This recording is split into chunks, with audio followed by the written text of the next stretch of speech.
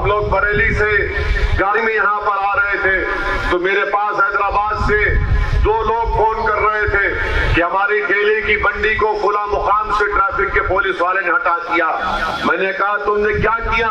तो उसने कहा कि मंडी को मैंने नहीं हटाया। मैंने कहा तुमने क्यों नहीं हटाया? इसने कहा कि तुम मेरे MP हो, मैं यही कह रहा हूं, उससे तुम बात करो उस इंस्पेक्टर से।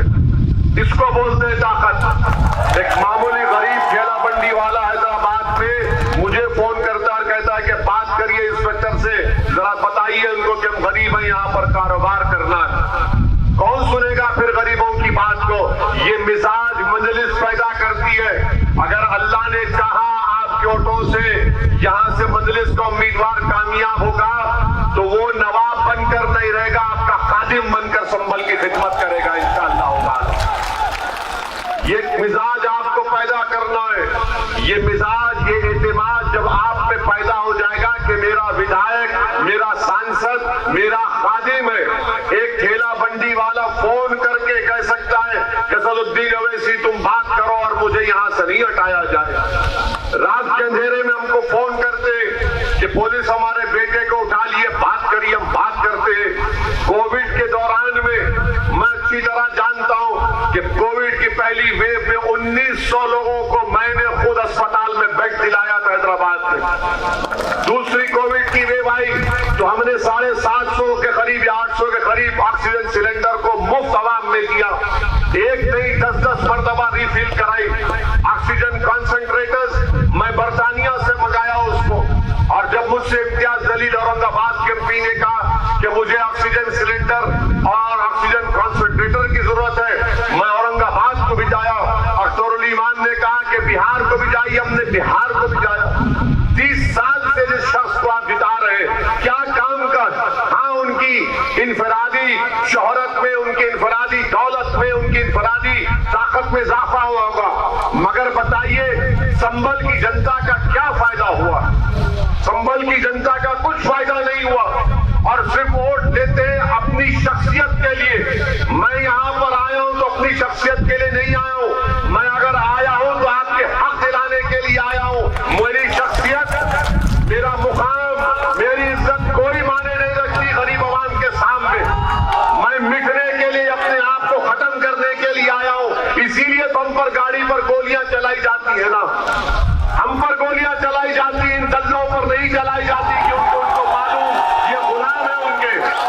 हमारी जबान को दबाने के लिए गोलियां चलाई जाती है। अरे जो गूंगे हैं उन पर कोई गोली नहीं चलाता, मर्दों पर गोली चलाई जाती, कमजोरों पर नहीं चलाया जाता, गुलामों पर। इसीलिए मैं आपसे अपील कर रहा हूं कि मेरी बात को समझिए। संभल में अगर आप चाहते हैं कि तरक्की हो, संभल में अगर आप चाहते हैं कि आपके दरमियान में आपका वोट जिसको आप कामयाब करें वो आपके दरमियान में रहे, तो आप यहां से मजलिस के उम्मीदवार को कामयाब करिए।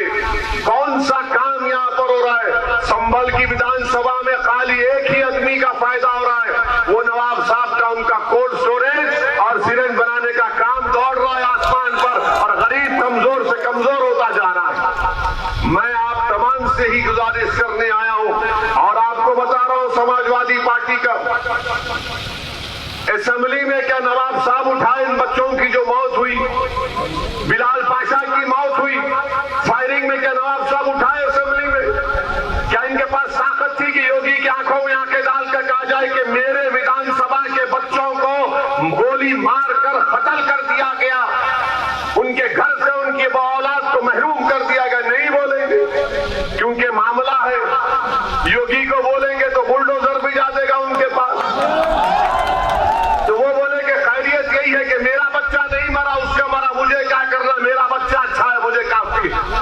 जब तक ये मिजाज रहेगा कुछ काम नहीं होगा।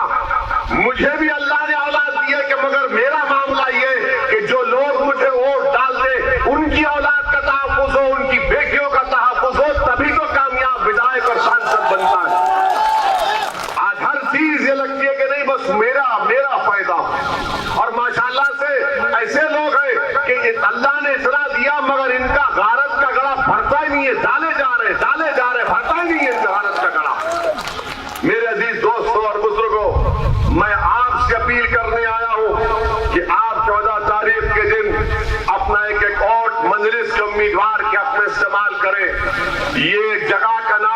इंसानी है ना, इंसानी है ना।